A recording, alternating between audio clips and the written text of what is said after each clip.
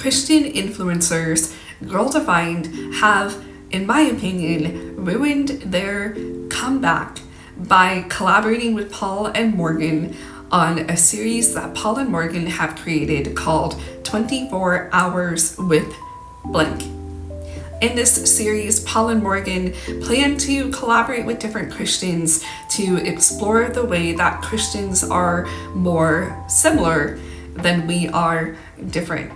And so for their first installment of their series, they collaborated with problematic and charismatic preacher Isaiah Saldivar.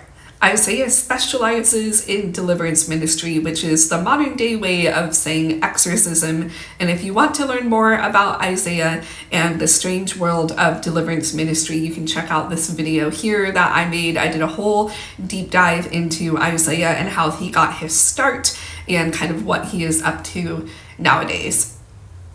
So for the second installment, Paul and Morgan collaborated with their friends Bethany and Kristen, the sisters who run the Girl Defined account here on YouTube and also on Instagram. So the girls created Girl Defined about 10 years ago, and they created their channel to basically talk about what it is to be a woman from a Christian point of view. They wanted to define womanhood through the lens of their religion. Now, Bethany and Kristen have kind of received a lot of pushback over their career on YouTube because of their very staunch and rigid views, especially around modesty, purity culture, abstaining from sex, and even saving your first kiss until marriage. So for all of these reasons and more, the Girl Defined girls have kind of fallen out of favor lately on the internet. And you may be asking where I get that source from, and I'm going to dive into all of that and more because I want to use the Girl Defined girls and their collaboration with Paul and Morgan as an example of how to ruin your comeback, how to ostracize and alienate your viewers to the point that your views and your followers are starting to decline. So we're going to tackle all of that today and more. But first, I just want to introduce myself. For those of you who are new to my channel, my name is Nicole, and I created the Lone Wolves Club because I want to be in a club with a group of people that are like me. I am your average everyday middle of the road Christian. I don't lean too far to the left or the right when it comes to politics and religion. I'm not a super hardcore fundamentalist or evangelical Christian, but I'm also not, deconstructing or losing my religion. So I create content from a more balanced middle of the road Christian perspective. So if any of that resonates with you, I hope that you will join my club here by subscribing. That way we can continue to grow as a, wolf pack here, if you will. So yeah, I hope that you will join in the channel and join in on the conversations that I am starting here because I would love to hear more from y'all. So anyway, like I said, today we are tackling the kind of downfall of Girl Defined and what I consider to be the way that they have fumbled the bag, so to speak, the way that they have kind of messed up their comeback when it comes to getting into the good graces of the internet once again. So for a little bit of backstory, the last video that I created was a in the moment reaction to the 24 Hours with collaboration between Paul and Morgan and Girl Defined. So if you want a deep dive that goes play by play through the whole collaboration, I recommend that you go and watch that video, but you don't need to watch it in order to understand what we're going to be talking about today. So just for a quick little recap to ground you and give you some context, the 24 Hours with collaboration between the Girl Defined girls and Paul and Morgan takes place in San Antonio, where they now live and where they run their ministry and everything like that. And it mostly focuses on Bethany. I'm not sure why Kristen kind of took a back seat for this one, since they usually do stuff together. She is featured in the the series. She is featured in it a little bit, but it mostly centers around Bethany and her marriage to her husband, Dave. And Bethany and Dave have an interesting marriage because where Bethany is more strict and more traditional and more rigid and kind of really adheres to her fundamentalist upbringing, Dave, who grew up in a similar strict environment, is kind of branching away from more strict versions of Christianity and is kind of adopting a more open-minded and a more relaxed approach to Christianity. And I'm sharing all of this because the interesting aftermath of this collaboration was that people wanted to see more of Dave. Dave is featured in this series very, very little, and I think for a good reason, which we're going to get into in just a bit. But anyway, Paul and Morgan basically follow Bethany and Dave throughout their day, right, throughout a whole 24 hours. So, they have breakfast with them, they go out to the park and play with their kids and chat with them, and then later the four of them sit down and have dinner where they have kind of a deeper conversation, and then that's pretty much the end. So Paul and Morgan claim that one of their goals with their collaborations like this is to humanize the content creator that they are kind of shining the spotlight on for that episode. So for this episode, they wanted to humanize Bethany in light of all of the hate and pushback that she has received since she has been on YouTube.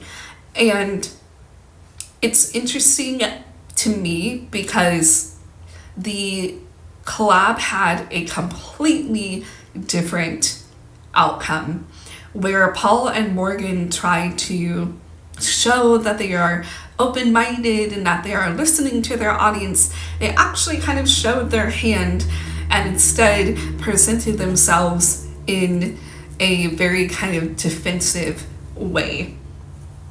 They did not come across as they wanted to, basically. And same with Bethany, where Bethany tried to come across as more human and more real and down to earth. She came across to the audience as also very defensive and narrow-minded. So the first thing I want to talk about is why I think that this collab came to be.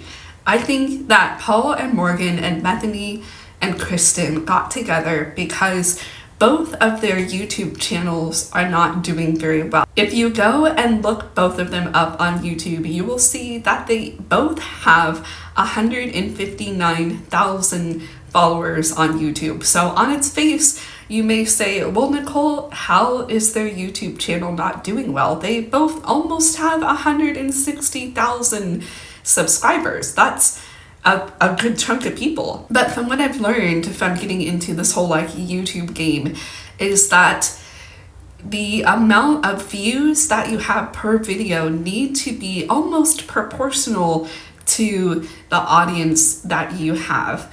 So for example, if you have 160,000 followers, your views need to be pretty close to that number, because that shows that most, if not all, of your audience is watching your content. So while Paul and Morgan and Bethany and Kristen both have big YouTube channels, they do not have a high number of views on each of their channels. So if we take a look at Girl Define's YouTube videos as of late, we can see that their views are not cracking triple digits, and they are not even cracking double digits as of late.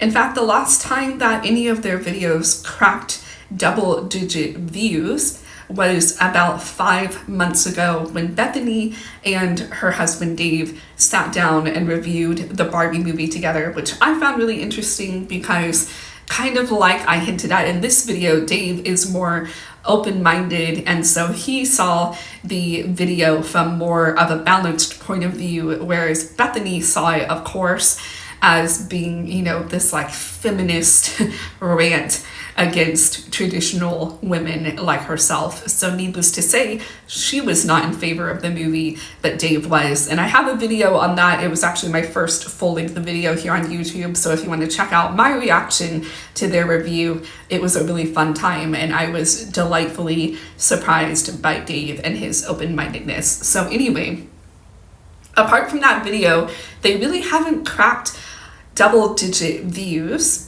for their videos, which again is not a good thing when you have such a high number of subscribers. You know, you can think about it this way, that like with social media, you are trying to market yourself. You're trying to sell yourself, right? And so if you're a business and you have 160,000 customers, but only maybe like 10% of them, 12% of them are repeat customers where they want to come and watch you again and again, they want to come buy from you again and again, then you're not doing very well, right? So it's the same with YouTube. Even if you have 160,000 subscribers, if you only have 3,000 views here, 4,000 views there, 5,000 views here, you know, you're not getting the majority of your audience to watch your content, which the algorithm does not like. The algorithm pushes out content that people watch and that people engage with. You know, that I have heard is the key to success on any kind of social media is your watch time, your, you know, the amount of people watching and the amount of people engaging with your content, because that shows the algorithm, oh, people like this content, they're watching this content, they're engaging with this content, they're leaving comments on it, they're liking it. And so that is why YouTubers always say, you know, like and subscribe, or like and leave me a comment, because it pushes out their content to more people, because it shows the algorithm that this is the kind of content that people want to engage with. So the very fact that the Girl Defined girls aren't getting a lot of views on their videos as of late shows that their YouTube channel has kind of been on the decline for the last, you know, half a year, which again is a long time in the YouTube space to be kind of limping along. Just the same as there is a business, right? That same analogy that I used before.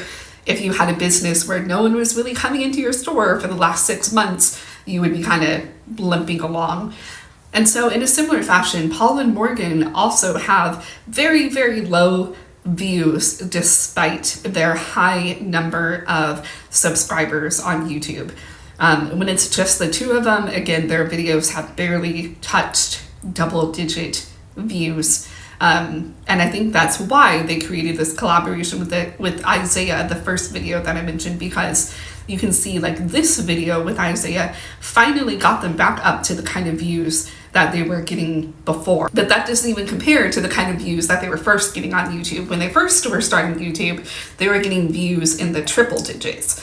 So they kind of tapered down to the double digits. They rested there for a while. Now they're in, you know, the lower like 1-digit number of views. And so Isaiah and the collaboration with him kind of gave them a boost to where they're now at least back up in the double digits with that video. But then again, their views quickly kind of plummeted after that collaboration with Isaiah, when it was just the two of them uploading content together like they usually do. I think that's why they created this collab with Girl Defined. But as you can see, they are, you know, 3 days into this video being published and they still only have 14,000 views on it. So better than they've been doing as of late, but not good enough, especially considering the fact, to put things in perspective for you, there is another content creator that some of y'all may know because she has a very big platform here on YouTube, and her name is Fundy Fridays. And she is an atheist who kind of creates commentary videos from an atheist perspective. So she kind of calls out content creators like Paul and Morgan and Bethany and Kristen for their more staunch and, in her kind of mind, kind of like wacky views of Christianity. That's not me being shady. I think they have wacky views too, and I'm a Christian, and I actually really love Fundy Fridays and her content. I think she is very clever and very witty. So anyway, to put things in perspective, this is Jen is her name. This is Jen's views on the subject of Paul and Morgan and this collab that they made with Girl Defined.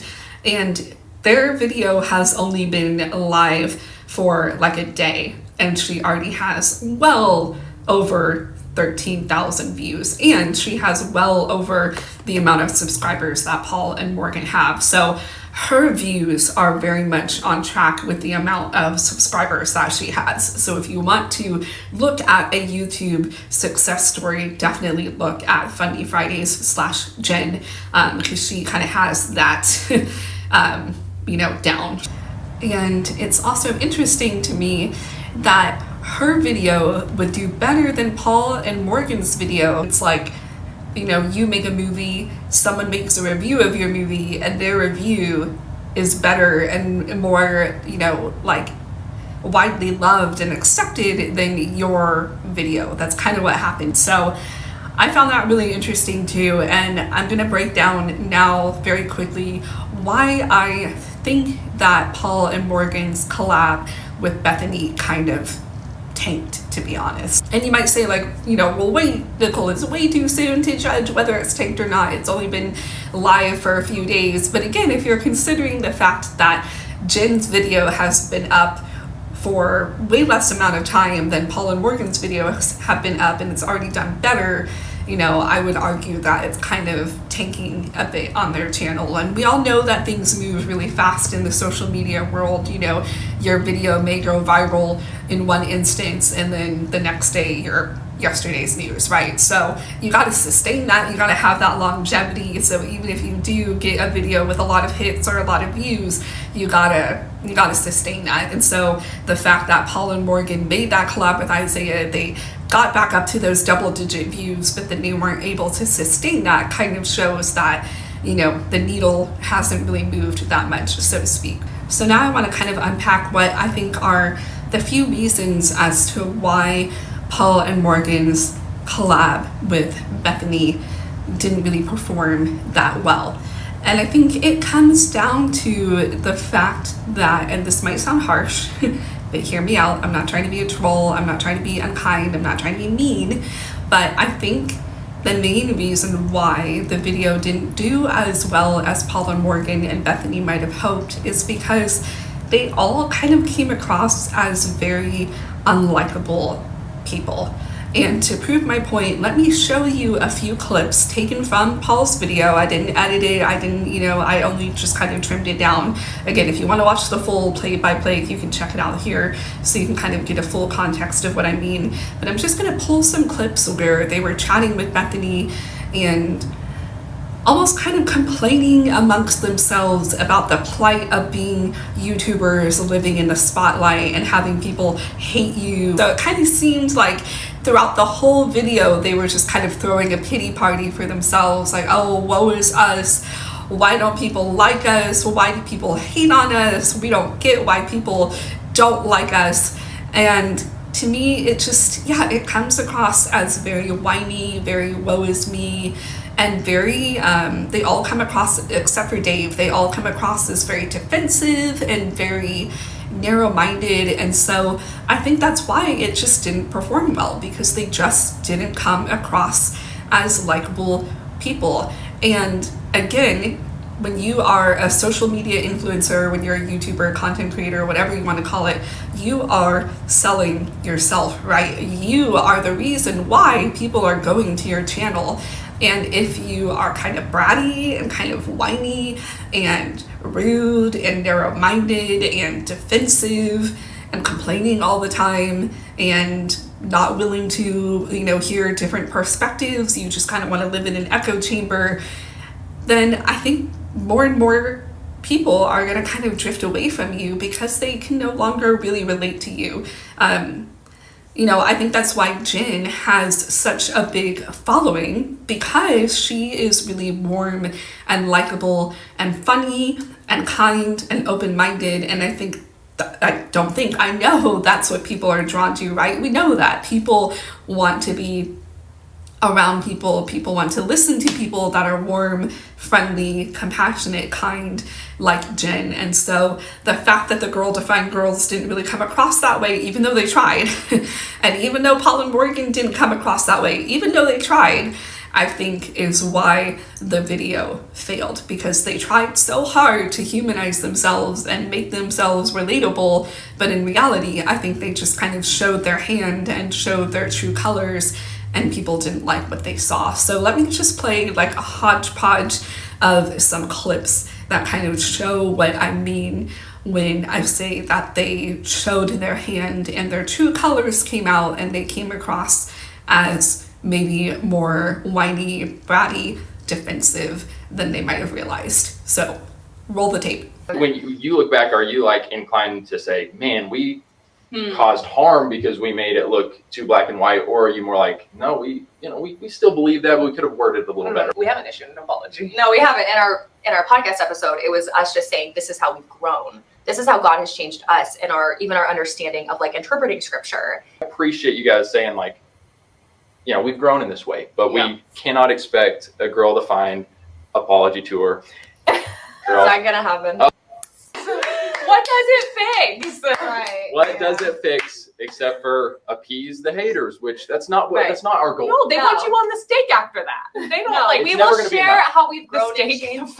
What is it called? The stake. Oh, no, the grill. They want you gone. Burned at the stake. Yeah, they want you to do what Josh Harris did. They don't just want you to apologize. Yeah. They want you to completely deconstruct and have rainbow flags and do what he's doing. Yeah. So we're not doing that. No intentions to deconstruct. No. From girl defined. Not gonna happen.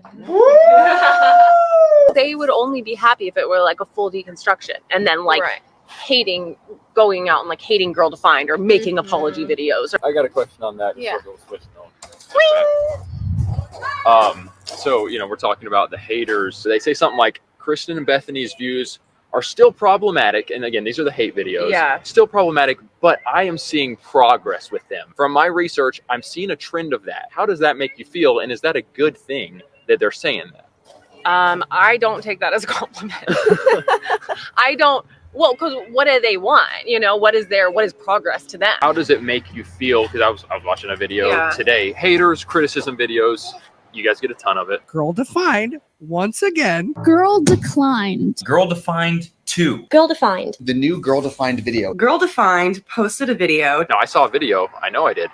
33 million views reacting to you guys. Yeah. I'm just like, well, first off, what do you think is so appealing about people watching videos on you? Like, why is there so much interest around you guys? I mean, honestly, I have been trying to figure that out. What do you think? Oh, what do I think? You guys were some of the first ones, and you guys were okay. You all are very bubbly.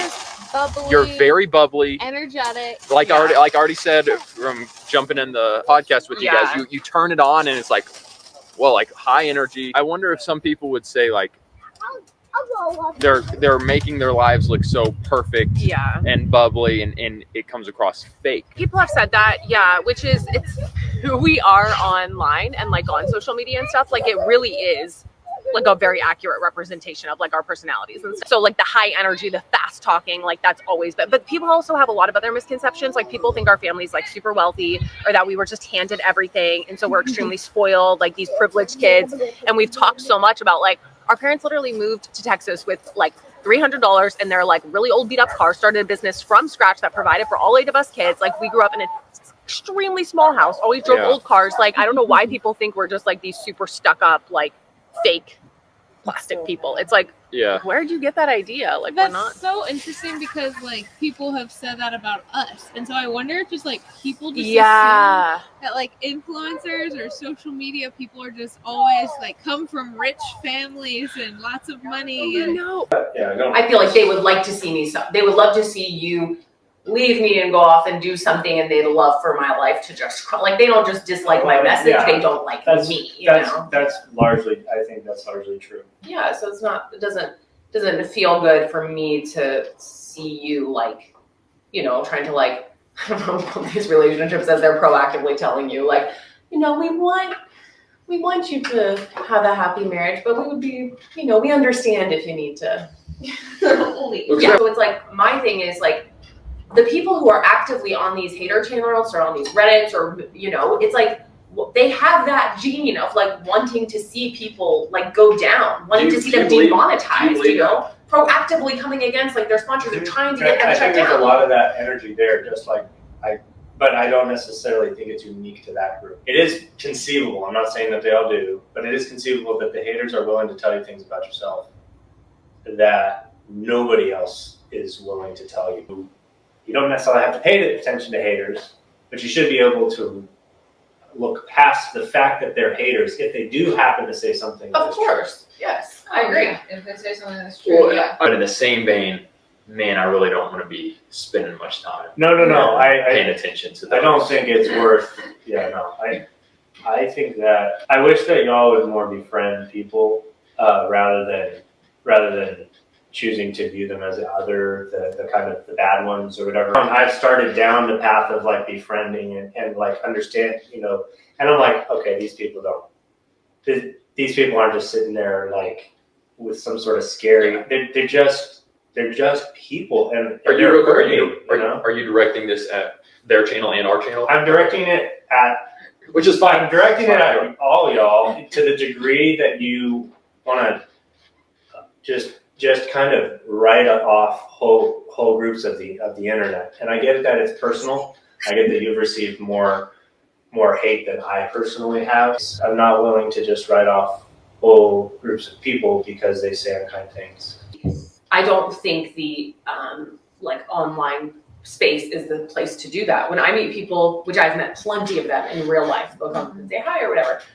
I like in person, absolutely. I would love to talk to you. I would love to build a relationship with you, but it's just too hard. That's why I think you're right about like people, when you're online, people, the lovers and the haters, they don't really know you that well. And that's why I think the biggest impact often comes from our real life relationships. Yeah. And that's why I'm constantly through Girl Defined encouraging people to have real life relationships, get involved in church, all of that. But if I were to meet any Redditors in real life and they wanted to actually have a genuine conversation, like I am absolutely there for that. Like I hope to be able to have conversations with people who've made videos about us. Like I hope to be able to sit down and do stuff like that. Somebody has to go first. Somebody has to be the first one to start a process like that. So those were just a few clips, but I guarantee you that they all pretty much came across that way throughout the whole video. For me personally, I didn't really find a moment where I was like, wow, they're really relatable. Like I really like them in this moment. Maybe there were like one or two moments where I kind of liked each of them, but they were very, very few and far between. And for the most part, I kind of left with this impression that they are not very approachable, very open-minded, very warm or welcoming people, even though they try very, very hard to present themselves that way. You know, it kind of begs the question for me of like how they got such a big platform to begin with. Anyway, I think another reason why people did not really resonate with this collab is because Paul and Morgan kind of pitched this idea of like, we're gonna humanize Christian content creators and we're gonna unify as Christians and we're gonna talk with Christians that we have different viewpoints on and see if we can come to eye or see if we can find a common ground. But they didn't really do that with this collab with Bethany. They kind of did it a bit more with Isaiah, but they kind of debated silly things like, should Christians do yoga or not? Isaiah thinks no because he thinks everything gives you a demon. So he's very anti-yoga, anti-drinking, whereas Paul and Morgan are a little bit more chill with drinking in moderation and doing yoga and stuff like that. So they were arguing over silly things, kind of fluff pieces, if you will. You know, they weren't arguing over kind of important theological issues like, how do Christians better love the LGBTQ plus community? Is predestination a thing? What about Christian nationalism and how that can be very extreme and harmful in some ways? What about this whole deconstruction movement? What about people leaving the church? You know, there were so many bigger issues that they could talk about, but instead they just wanted to argue about, you know, should Christians drink alcohol or not? Is Taylor Swift a demon? Will yoga give you a demon? Like all of these, again, just kind of fluff pieces. So anyway, that video performed a little bit better, I think, again, because of Isaiah and kind of how wild and out there he is. But I think the one with Bethany didn't perform as well because, again, they didn't really deliver what they promised. They promised that they were going to, kind of have these like hard-hitting interviews with people where they were going to talk with them about things they don't agree or see eye to eye about. But Bethany is their friend, and they made it very clear in this video that they didn't really have any intentions to kind of challenge her. I mean, Paul did kind of ask some hard questions, but I think even then, like, the one hard question he kind of asked them was sent in by like one of their patron members, and it was if the girls have kind of changed their views on modesty. So even that hard-hitting question, Paul didn't come up with on his own. So to me, it seemed more like just a way to let Bethany kind of take the stage and air out her grievances, because they kind of, helped set her up with questions about like, why do you think people give you so much hate? That's like a softball kind of question, right? That's an easy one, especially for Bethany, who thinks that anyone who disagrees with her is a hater. So, that kind of brings me to like my last point of why I think this video didn't perform well, is because with Paul and Morgan and Bethany, they kind of lump everyone and anyone who challenges them into the group that they call haters. And I don't think that's the case. I don't think that everyone who challenges you and pushes back against you is doing it because they hate you or they just want to hate on you. I think people do it because they genuinely want to have a conversation with you. Religion is a very complex and mysterious thing. And most people in the world, ascribe to some kind of religion, right? And so I think people want to talk about it. It's an interesting topic. It's a multifaceted topic. And so the fact that the Girl Defined Girls and Paul and Morgan just kind of shut down any kind of deep theological debate, especially when it's people challenging their views on theology, it kind of leads nowhere, right? Like, you are kind of shooting yourself in the foot, so to speak, when you refuse to engage with anyone. Like I said, the algorithm loves engagement, and so if people are leaving you comment after comment after comment and you're not responding back, then eventually that's going to dry up, right? Because people are going to see, oh, well, they never reply, right? I left them a comment on another video, they never got back to me. I sent them an email, they never replied. I sent them a DM, they never responded. I left a comment on their video, they didn't get back to me.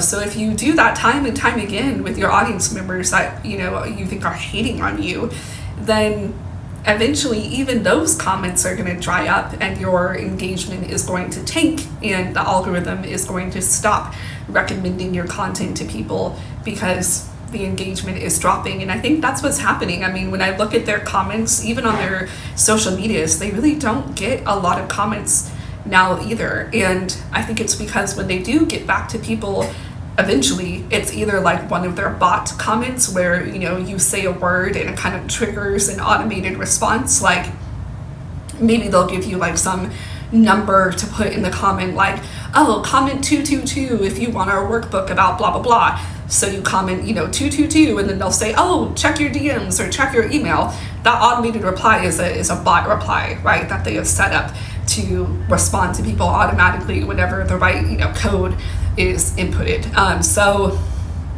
I used to work in customer service where we had those bot replies. So I kind of got to see behind the scenes on how all of that works.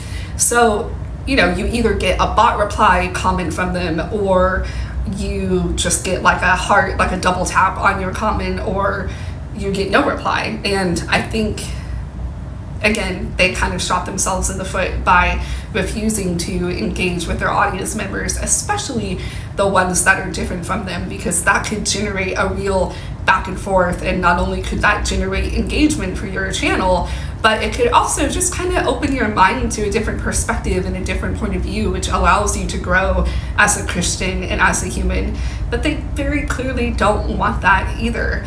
They, like Paul and Morgan, just kind of lump everyone into the category of haters, and they want nothing to do with them. And it seemed like inconceivable for them to think, like Dave kind of pointed out, maybe all the people who leave comments challenging you aren't haters, right? And I think more along the lines of Dave, that it is possible and it is true that people can care while they call you out, while they challenge you, while they leave you comments that kind of give you a little bit of pushback. I would argue that people comment because they care. If they didn't care, they would just scroll on by, right? They would just keep going, keep it moving. But these people took time out of their day to leave you a comment, which shows on some level that they care. You know, and people care about how you present Christianity, which is a lot of the feedback and constructive criticism that they were getting in the comments section on their videos, you know? I mean, that's what I care about. That's why I make content, you know, calling them out and responding to them and reacting to them as a fellow Christian content creator, because I care so much how Christianity is presented. And I don't think Christianity needs any more help looking unattractive or unappealing.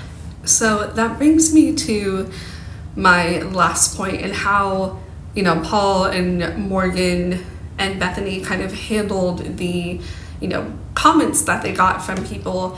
And it proves to me kind of what I just shared, that they believe that everyone who challenges them or pushes back against them is just hating on them. You know, it's inconceivable for them to wrap their mind around the fact that some of these people are leaving them constructive feedback because they really do care about the kind of content that they put out. So, for example, Paul kind of pushed back against people, not on his channel. I mean, he did do that on his channel and his video too, but he also went to Fundy Fridays, to Jen's channel, and started pushing back against people. And it was interesting to see because, you know, people were pushing back against him, basically saying, hey, you made it seem like you guys were gonna have conversations with Christians who, you know, you don't see eye to eye with, but essentially you just sat down with your friend Bethany and you all just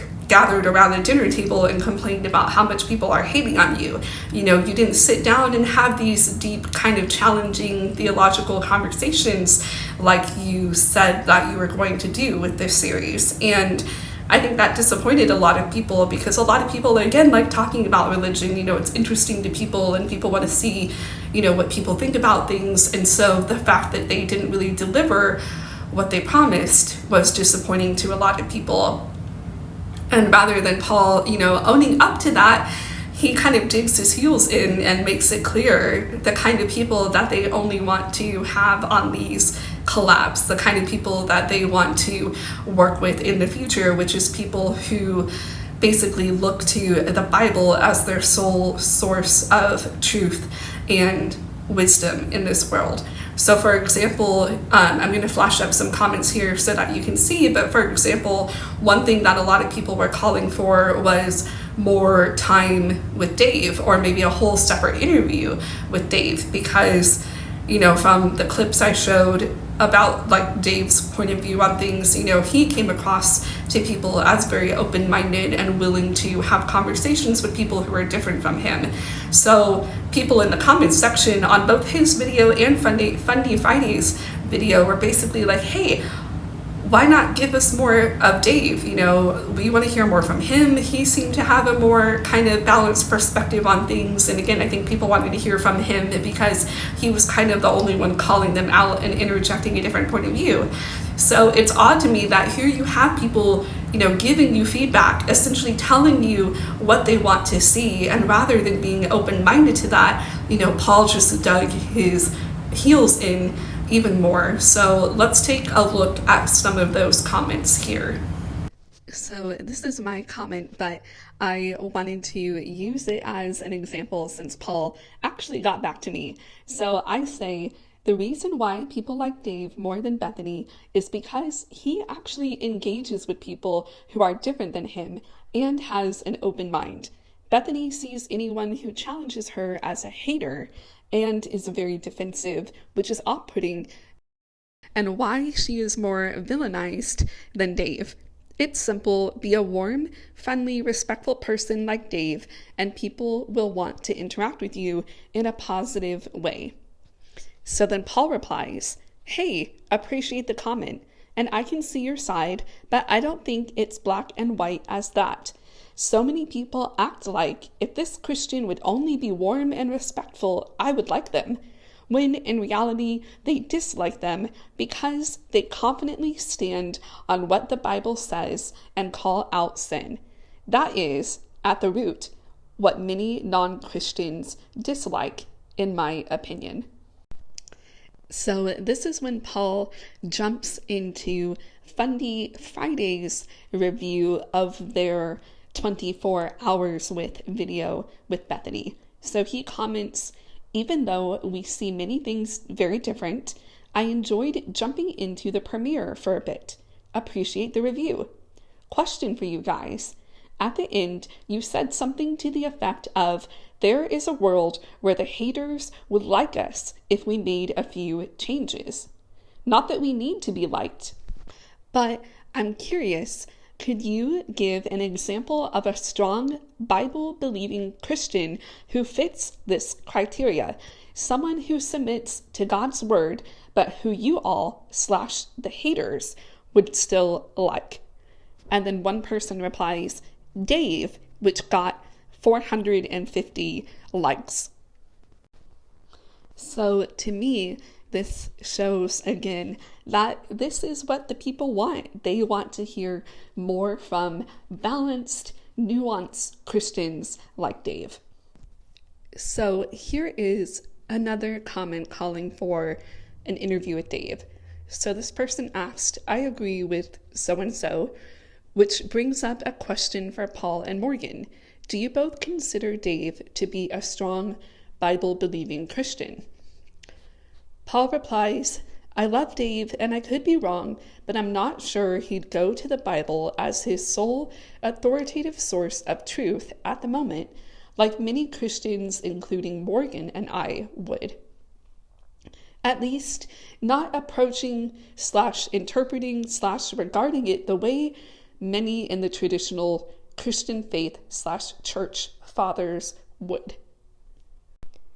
So here is yet another comment calling for more interviews with Christians like Dave. This person says, Dave is the answer here.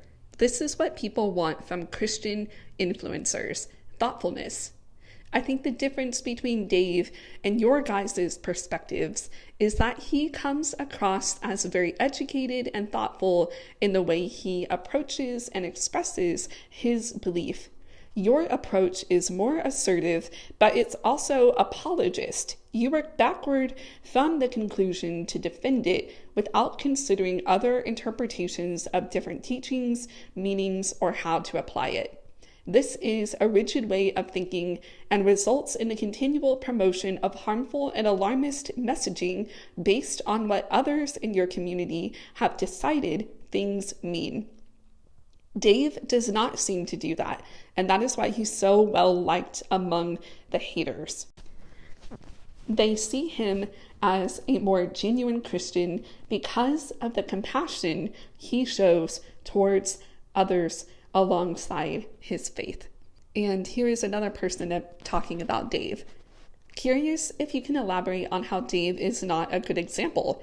He has read the Bible multiple times, continues to dedicate time to its teachings on a weekly basis, attends church with his family, and identifies himself as a Christian. This series should be bridging Christians, but instead it seems to be more divisive and gatekeeping on what constitutes as being a dedicated Christian. For example, stating Dave is not a good example of a devout Christian, or Morgan unable to see Bethany's willingness to support her husband as he addresses his mental health / beliefs. I mean, I would applaud Bethany being a supportive wife and allowing Dave to explore his faith while ensuring their children are being raised in a Christian home. While this series has potential, it has not been executed as intended, and instead points out flaws in other Christian influencers and their beliefs. So then Fundy Fridays actually joins in and says, those are some pretty specific parameters, LOL. For example, you implied that Dave does not go to the word as authority in the way that you do. And in my opinion, Dave is Bible-believing Christian, so I feel like the goalposts here are being moved constantly. I am friends with plenty of progressive Christians, but I don't think that's what you meant. Someone else replied, at Fundy Fridays, it seems like at Paul and Morgan don't believe that progressive Christians count. Their idea of God is too small to reach people who don't believe like them. I think God is big enough to give grace to all, but that's maybe too progressive.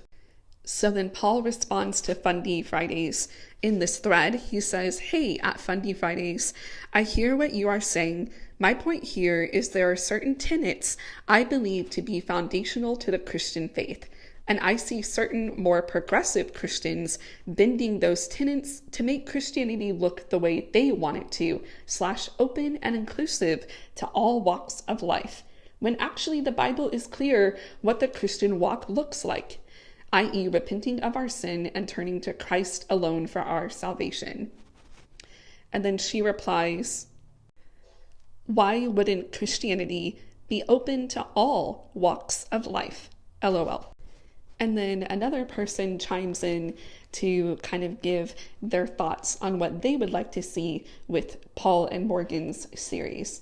So they say, just here for the comments, but just to piggyback on what everyone said, Dave is the answer. But if you're looking for actual suggestions on how you can be more liked without compromising your convictions, I would say to just drop the hateful rhetoric to and about people who don't think like you do. If you want to do more Christian-related content, focus on theology and personal salvation. Debate a cleric who comes from a different denomination of Christianity, or a Jew or a Muslim about your theological views. It's possible to do what you're doing and not be hateful. And then I wanted to read this last one since this person identifies themselves as an atheist who watches Paul and Morgan's content. So they say, I felt a certain type of way when I watched this, meaning their 24 hours with Bethany video. As an atheist that consumes your content and occasionally girl defines as well, it's pretty obvious that you all seem to have a very divisive view of people who are unlike yourselves. I understand you have actual haters and trolls. However, I think it's important to separate hateful trolls and non-Christians. It seems to me like you lump non-believers and people who wish death on the baby in Morgan's womb in the same boat. There are terrible people that exist. There are miserable humans with nothing to do. That does not necessarily equate with non-believers in general. It seemed from the portion of this video that Dave is trying to humanize people with differing beliefs, and I think that's awesome and something we should all do as humans. If he is befriending the exact ones saying out-of-pocket hateful things, that could be a problem. But if he's just trying to get to know people who are unlike himself, I think that's beautiful. So it's interesting to note Paul's reason for not wanting to have a separate interview just dedicated to Dave, which is that, Dave doesn't look to the Bible as his sole source of wisdom and truth. He's basically making it very clear that they only want to basically do these collabs with Christians that think exactly like them and that only look to the Bible as their source of, truth and wisdom, which I think is very odd because, I think even people who don't believe in God can still have an interesting perspective and point of view on Christianity. And for example, when I went to college, I took a religious studies course and it was about the book of Revelation, which is one of the most kind of obscure and interesting books of the Bible, in my opinion. But the course was taught by a Jewish woman who was not a Messianic Jewish person. So she didn't believe in Christ as the Messiah, and she didn't really recognize any books beyond the Torah, beyond the Old Testament. Revelation is a part of the New Testament, but she devoted her life still to studying the books of the Bible beyond the Torah, beyond her set of beliefs, and she was able to teach these courses and provided a wealth of information. And so yeah, I think that just paints a picture again of just Paul being narrow-minded and thinking that he can't learn from anyone who doesn't share his same worldview. And I think that is a great disservice, not only to his audience, because he's not giving them what they want, right? Like, people are literally asking him to do interviews with Christians who are truly, truly different from them and have a different perspective than them, and talk about more important things than whether Taylor Swift is a demon or not, or whether Christians can drink alcohol or not. So it's odd to me when you just kind of have this pool of people who are giving you good quality feedback and telling you what they want, telling you what would make them tune in to you, because a lot of the people that he was interacting with on Funny Fridays are atheists, or they don't normally watch Paul and Morgan's content, you know, they just watch Funny Fridays reacting to it. But many of them said, hey, I would watch an interview with Dave. I would watch an interview with this person or that person or this creator or that creator. And so here people are chiming in, giving them that engagement, giving them that feedback, telling them what they want. And it's just weird to see that Paul isn't really taking that in and considering what people have to say.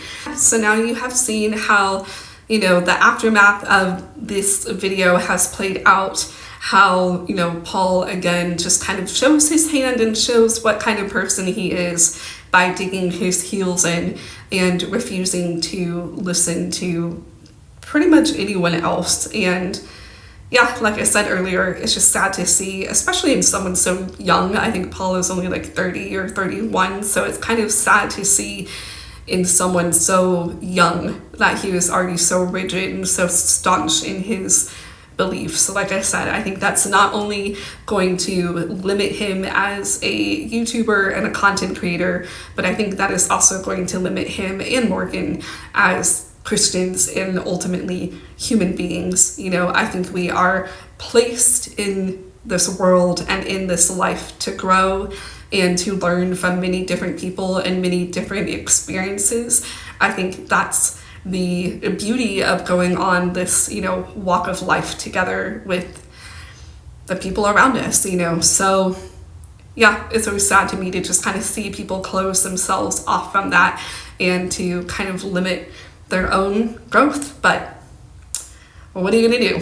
But I just thought this would be an interesting kind of debrief into how you can ruin your comeback as a YouTuber, how you can alienate and ostracize your audience and make them no longer like you. So if you are thinking of starting a YouTube channel like me, or you're a new YouTuber, take this as a lesson of what not to do. That is how I basically viewed their video and their reactions and all of the aftermath. Anyway, I just want to say thank you so much for spending a part of your day with me. And if you liked this content, if you liked this video, I hope that you will give it a like down below.